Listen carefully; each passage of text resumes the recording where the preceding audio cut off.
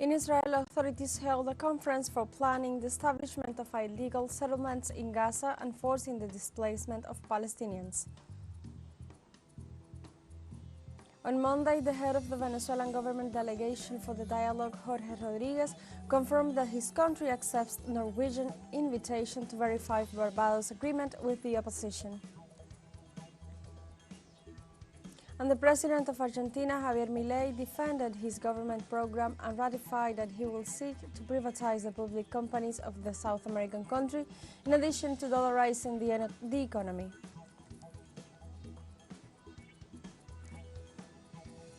Hello and welcome to From the South. I'm Alejandra Garcia from teleSUR Studios in Havana, Cuba. We begin with the news.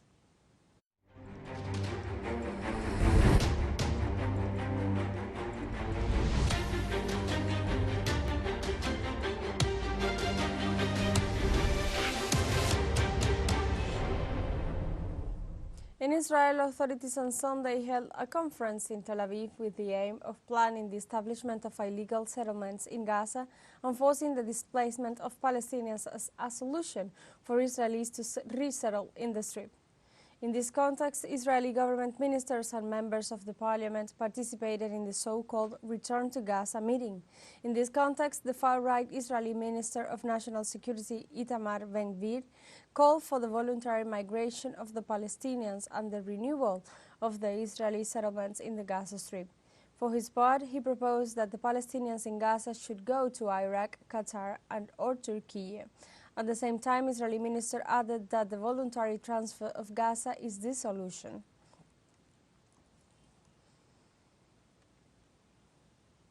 In this regard, Daniela Weiss, Israeli settlement movement leader in the framework of the conference to call for the reestablishment of Jewish settlements in the Gaza Strip, defended the Zionist policy of occupation and genocide of forcing massive displacement of Palestinians, a policy rejected by the international community and the United Nations.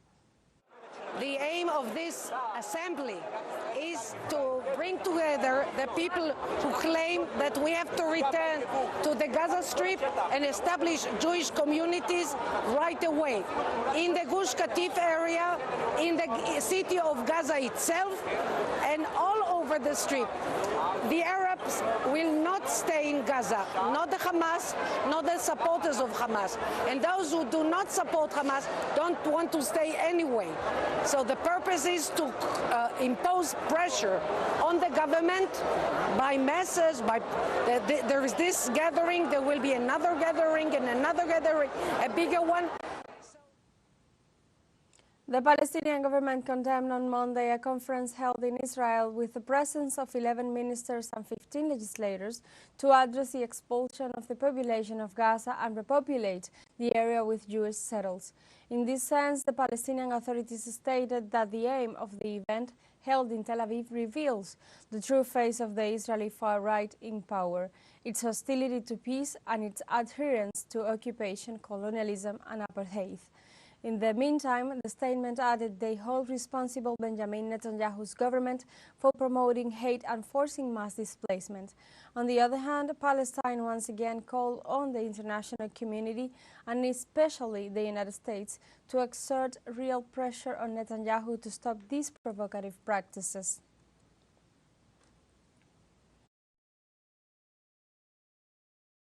Palestinian authorities denounced the temporary suspension of the aid to the United Nations agency that helps refugees in that Middle East country.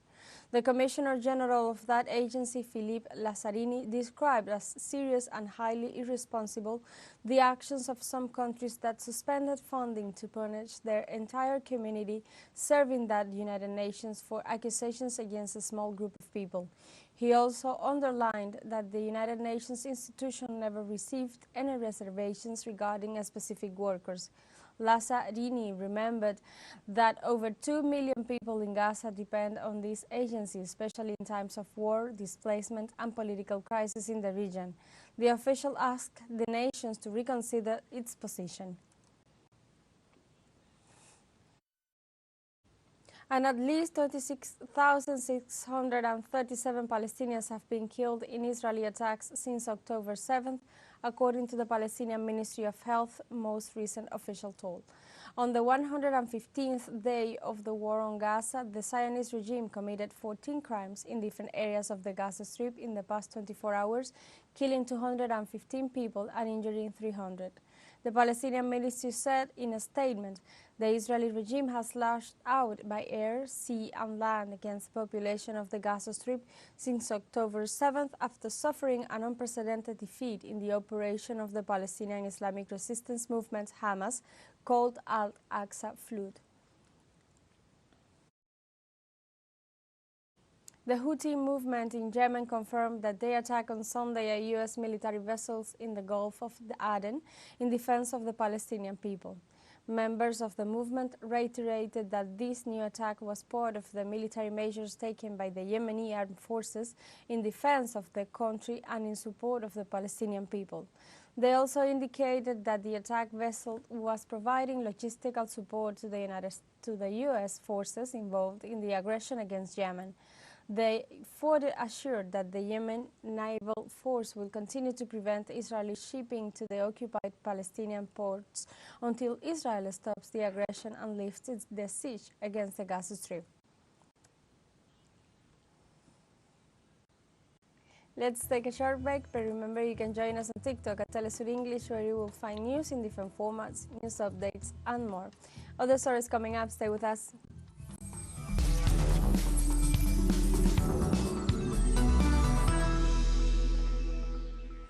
Welcome back. On Monday, the head of the Venezuelan government delegation for dialogue, Jorge Rodriguez, confirmed that his country accepts Norwegian invitation to verify the Barbados agreement with the opposition. In this regard, Rodriguez recalled the agreement subscribed by a sector of the Venezuelan opposition and the government of Venezuela and highlighted the rejection to any act of violence against the institutions and the Venezuelan state. Rodriguez reiterated that the Barbados agreement contemplated an electoral, peaceful and participative political climate without external interferences. The President of the National Assembly highlighted the guarantee of participation in these elections of any presidential candidate as long as he complies with the provisions of the law of the Republic.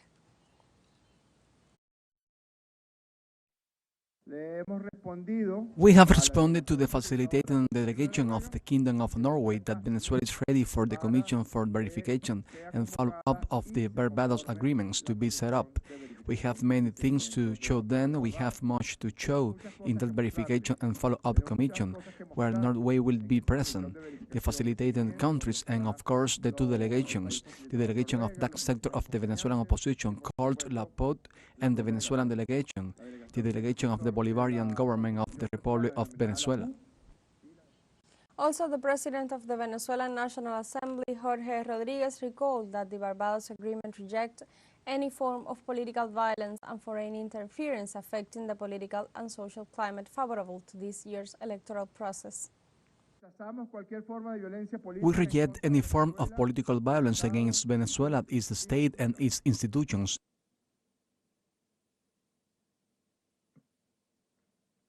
The parties will defend the promotion of a public discourse and a political and social climate favorable to the development of a peaceful and participatory electoral process without foreign interference. It is clearly stated in this agreement that external interference of any kind is not accepted. In this context, the Ecuadorian Foreign Minister Gabriela Sommerfeld affirmed that the government of Daniel Noboa does not recognize the administration of the Venezuelan President Nicolás Maduro. The position of Noboa's government regarding Venezuela is aligned with those established by his predecessor Lenín Moreno and Guillermo Lasso. In an interview with the program Desde Adentro of the television network NTN24, the Ecuadorian Foreign Minister indicated that for Noboa in Venezuela they do not respect free elections, nor are they living in full democracy. The statements of the Ecuadorian minister come after the Venezuelan Supreme Court confirmed the disqualification of the opposition Maria Corina Machado for public offices in that country. The Attorney General of Venezuela, Tarek William Saab, revealed last week plans of assassination attempts against President Maduro and other authorities of the South American country, as well as espionage and terrorism activities involving Corina Machado. The president of Argentina, Javier Milei, defended his government program and ratified that he will seek to privatize the public companies of the South American country, in addition to dollarizing the economy. In an interview, the president reaffirmed the economic course of his administration, dollarization, privatizations, among other measures, while assuring that there is no other plan to his government model. In this sense, the Argentine president remarked that one of the solutions to bring money quickly to the national treasury will be through the privatization of companies and the dollarization of the economy. For his part, he claimed that he will not be allied with communists, referring to his refusal to be part of the BRICS, but he expressed that it is necessary to separate geopolitical issues from commercial matters among nations. The president of Guatemala, Bernardo Arévalo, stated on Monday that Attorney General Consuelo Porras refused to act by the law and he is analyzing the corresponding measures to be taken. In a press conference, the president explained that the invitation of the head of the Public Prosecutor's Office was to establish an interinstitutional coordination on aspects of interest for the government. The meeting lasted 10 minutes because she presented her argument, showed no interest in what was being discussed, and then was asked to leave. The public request for Porras' resignation takes place after Arévalo's condemnation against the Public Prosecutor's Office investigations against his party, the Semilla movement, calling it the front line of a coup in progress. In Peru, residents of the district of Machu Picchu continue on strike in rejection of the privatization of the sale of tickets to enter the Inca city. Through a statement, the residents informed that they will intensify their pressure until the Ministry of Culture declares the nullity of the contract signed with the private company for the ticket sales. On the other hand, they urged the decentralized direction of culture to close the Inca city for safety reasons while the strike continues. The strikers will hold tourist agencies responsible for sending visitors to the district of Machu Picchu while the strike is in force.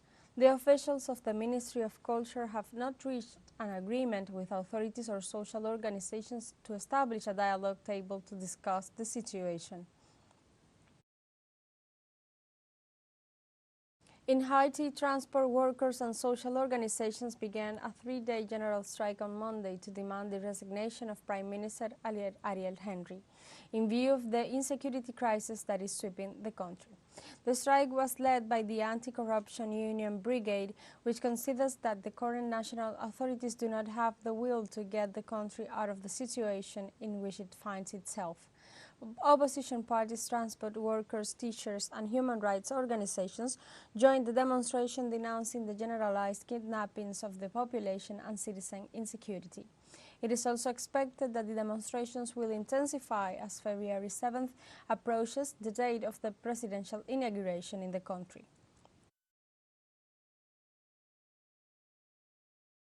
We have a second short break coming up, but before we invite you to join our WhatsApp community for our English-speaking audience.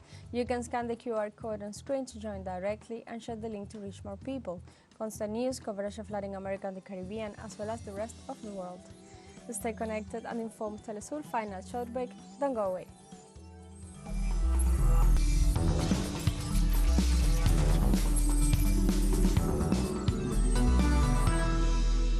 Welcome back to From the South.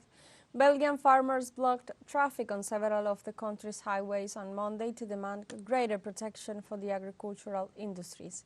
One of the main roadblocks was carried out in the city of Namur, a junction point that connects the main highway of the country and links Brussels with Luxembourg, Germany, and France. According to local media, the farmers intend to keep this junction closed for at least 24 hours. They also plan to hold another roadblock near Brussels in the vicinity of the town of Halle, starting at 8 p.m. local time. The demonstrators assured that the protests will continue throughout the week until the government listens to their demands.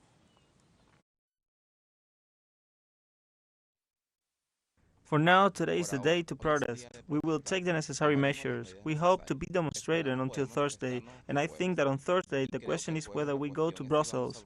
Well, if I've received the right information, I think that's what it's all about. The heads of state of Russia and Belarus met on Monday to discuss ways to further expand their close alliance that has seen the deployment of some Russia's nuclear weapons on the territory of its neighbor. Russian President Vladimir Putin and his Belarusian counterpart Alexander Lukashenko, head of the State Council of the Union between their countries. President Vladimir Putin praised bilateral cooperation despite unprecedented external pressure. For his part, President Alexander Lukashenko assured that the main task is to intensify cooperation in the field of import substitution. Since the beginning of Moscow's special military operation in Ukraine, Russia and Belarus, one of the theaters of the operation, have been subjected to repeated sets of Western sanctions.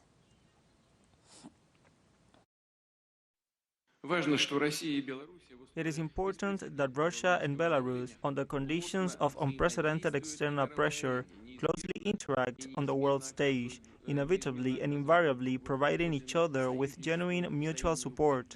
As true allies, our countries' outlook to current global and regional problems coincide or are largely similar. It is important to strengthen the international positioning of our Union, as we're trying to do so with the Eurasian Economic Union. The main task in the industrial sphere is to intensify cooperation in the field of import substitution. A lot has been done here. We figured out a lot that we didn't understand just 2 years ago. No one can bring us to our knees. On the contrary, we mobilized our forces and achieved a lot. On Monday in South Africa, former President Jacob Zuma has been suspended by the ruling ANC party, in which they vowed a legal challenge against a rival group campaigning in his name. ANC Party Secretary General Fikile Mbalula announced that the decision, stating that the behavior of Zuma and others is contrary to its values and principles.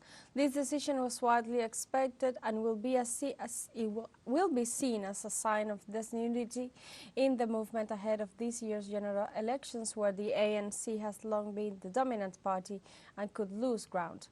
Mbalula, in addition to suspending Zuma, said ANC could file a complaint with the Electoral Court to get the new party's registration annulled and filed a trademark appeal to recover the name.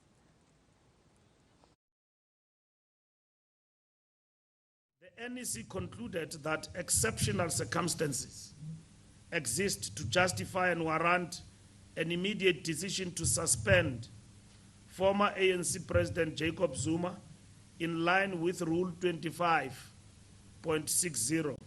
The NEC took note of the announcement by former ANC President Jacob Zuma on 16 December 2023. He announced that he will be campaigning for another political party and further launched a series of vitriolic attacks against the ANC and its leadership.